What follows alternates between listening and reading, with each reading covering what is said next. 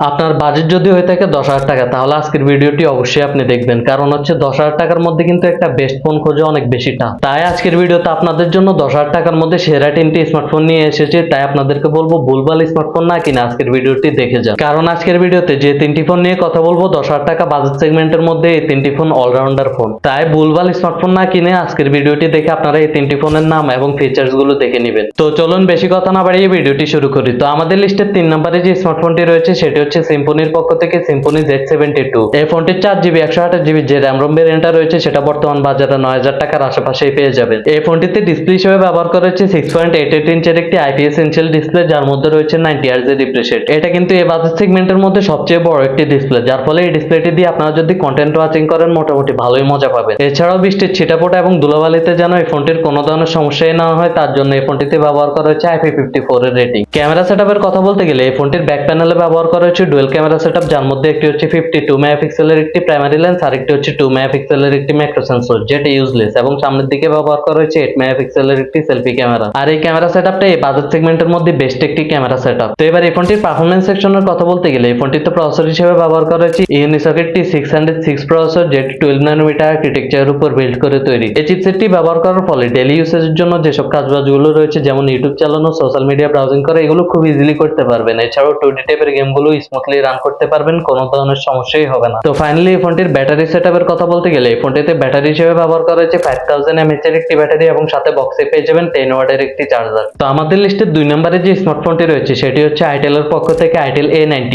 এই ফোনটির 4GB 64GB যে র্যাম রোম ভেরিয়েন্টটা রয়েছে সেটার দাম হচ্ছে 8,900 টাকা। তো চলুন দেখে আসি 8,900 টাকায় এই ফোনটি আমাদেরকে কি কি অফার করছে। তো প্রথমে এই ফোনটির ডিসপ্লের ব্যাপারে কথা বলতে গেলে ডিসপ্লে হিসেবে এই ফোনটিতে ব্যবহার করা হচ্ছে 6.6 ইঞ্চের একটি IPS LCD প্যানেল, যার মধ্যে রয়েছে 90 Hz এর রিফ্রেশ রেট, এবং এই ফোনটিতেও কিন্তু বৃষ্টির ছিটাফোঁটা এবং ধুলাবালিতে যেন কোনো ধরনের সমস্যাই না হয় তার জন্য ব্যবহার করা হয়েছে IP54 এর রেটিং। ক্যামেরা সেটআপ হিসেবে এই ফোনটির ব্যাক প্যানেলে ব্যবহার করা হয়েছে 13 মেগাপিক্সেলের একটি মেইন লেন্স, এবং সামনের দিকে ব্যবহার করা হয়েছে 5 মেগাপিক্সেলের একটি সেলফি ক্যামেরা। আর পারফরম্যান্স সেকশনের কথা বলতে গেলে এই ফোনটিতে প্রসেসর হিসেবে ব্যবহার করা হচ্ছে ইউনিসকেট T7100 চিপসেট, যেটি 12 ন্যানোমিটার আর্কিটেকচারের উপর বিল্ড করে তৈরি। এই চিপসেটটি ব্যবহার করার ফলে আপনার 2D টাইপের যেসব গেমগুলো রয়েছে সেগুলো এনজয় করতে পারবেন। এছাড়াও ডেইলি লাইফের যেসব কাজবাজগুলো রয়েছে সেগুলো স্মুথলি করতে পারবেন, কোনো ধরনের সমস্যাই হবে না। তো ফাইনালি এই ফোনটির ব্যাটারি সেটআপের কথা বলতে গেলে এই ফোনটিতে ব্যাটারি হিসেবে ব্যবহার করা হচ্ছে 5000 mAh এর একটি ব্যাটারি, এবং সাথে বক্সে পেয়ে যাবেন 15 ওয়াটের একটি চার্জার। তো আগে যে ফোনটি দেখিয়েছিলাম সেটাতে কিন্তু 10 ওয়াটের চার্জার ব্যবহার করা হয়েছিল, তবে এই ফোনটিতে ব্যবহার করা হচ্ছে 15 ওয়াটের চার্জার। সেই ক্ষেত্রে চার্জিং এর দিক থেকে এই ফোনটি এগিয়ে থাকছে। তবে এই ফোনটি রান করছে Android 14 এ, এবং আগে যে ফোনটি দেখিয়েছিলাম সেটা কিন্তু রান করছে Android 15 এ। তো আমাদের লিস্টের 1 নম্বরে যে স্মার্টফোনটি রয়েছে, মানে লাস্ট এন্ড ফাইনাল, সেটি হচ্ছে Realme Note 15। এই ফোনটির 4GB 64GB যে র্যাম রোম ভেরিয়েন্টটা রয়েছে সেটা কিন্তু সব মার্কেটে আপনারা পেয়ে যাবেন 12,000 টাকার ভিতরে। এই ফোনটিতে ডিসপ্লে হিসেবে ব্যবহার করা হচ্ছে 6.7 ইঞ্চের একটি IPS LCD প্যানেল, যার মধ্যে রয়েছে 90 Hz এর রিফ্রেশ রেট। তবে এই ডিসপ্লেটি মোটামুটি ভালোই কালারফুল এবং ভাইব্রেন্ট, যার ফলে কন্টেন্ট ওয়াচিং করে ভালোই মজা পাবেন। এবং এই ফোনটিতেও কিন্তু বৃষ্টির ছিটাফোঁটা এবং ধুলাবালিতে যেন কোনো ধরনের সমস্যাই না হয় তার জন্য ব্যবহার করা হচ্ছে IP54 এর রেটিং। ক্যামেরা সেটআপের কথা বলতে গেলে এই ফোনটিতেও ব্যবহার করা হয়েছে মেইন ক্যামেরা হিসেবে 13 মেগাপিক্সেল, এবং সামনের দিকে ব্যবহার করা হয়েছে 5 মেগাপিক্সেলের একটি সেলফি ক্যামেরা। আর পারফরম্যান্স সেকশনের কথা বলতে গেলে এই ফোনটিতে প্রসেসর হিসেবে ব্যবহার করা হয়েছে ইউনিসকেট 612 চিপসেট, যেটি 12 ন্যানোমিটার আর্কিটেকচারের উপর বিল্ড করে তৈরি। এই ফোনটি দিয়ে আপনার ডেইলি ইউসেজের জন্য যেসব কাজবাজগুলো রয়েছে, যেমন ইউটিউব চালানো, ফেসবুক চালানো, সোশ্যাল মিডিয়া ব্রাউজিং করা, এগুলো খুব ইজিলি করতে পারবেন। এছাড়াও 2D টাইপের গেমগুলো এনজয় করতে পারবেন, কোনো ধরনের সমস্যাই হবে না। তবে এই বাজেট সেগমেন্টের ফোনগুলো দিয়ে আপনারা হায়ার গ্রাফিক্সের গেমগুলো রান করবেন না, কারণ হায়ার গ্রাফিক্সের গেমগুলো রান করার জন্য এই বাজেট সেগমেন্টের ফোনগুলো না। তো ফাইনালি ব্যাটারি সেটআপের কথা বলতে গেলে এই ফোনটিতে ব্যাটারি হিসেবে ব্যবহার করা হচ্ছে 5000 mAh এর একটি ব্যাটারি, এবং সাথে বক্সে পেয়ে যাবেন 10 ওয়াটের একটি চার্জার। তো আজকের ভিডিওটি ছিল এই পর্যন্তই। আজকের ভিডিওতে দেখানো এই 3টি ফোন থেকে আপনার কোন ফোনটি পছন্দ হয়েছে সেটা অবশ্যই কমেন্ট করে জানাবেন, আর এই 3টি ফোন থেকে আপনি কোন ফোনটি নেওয়ার সিদ্ধান্ত নিয়েছেন সেটাও কমেন্ট করে জানাবেন। বা এই বাজেট সেগমেন্টে যদি আপনার অন্য কোনো ফোন পছন্দ হয়ে থাকে সেটাও কমেন্ট করে জানাতে পারেন, অনেকেরই পছন্দ হতে পারে। আর ভিডিওটি ভালো লেগে থাকলে ভিডিওটিতে একটি লাইক করবেন, চ্যানেলটিকে সাবস্ক্রাইব করে আমাদের পাশে থাকবেন। আজকের জন্য এখানে বিদায় নিচ্ছি। সবাই ভালো থাকবেন, সুস্থ থাকবেন। আল্লাহ হাফেজ।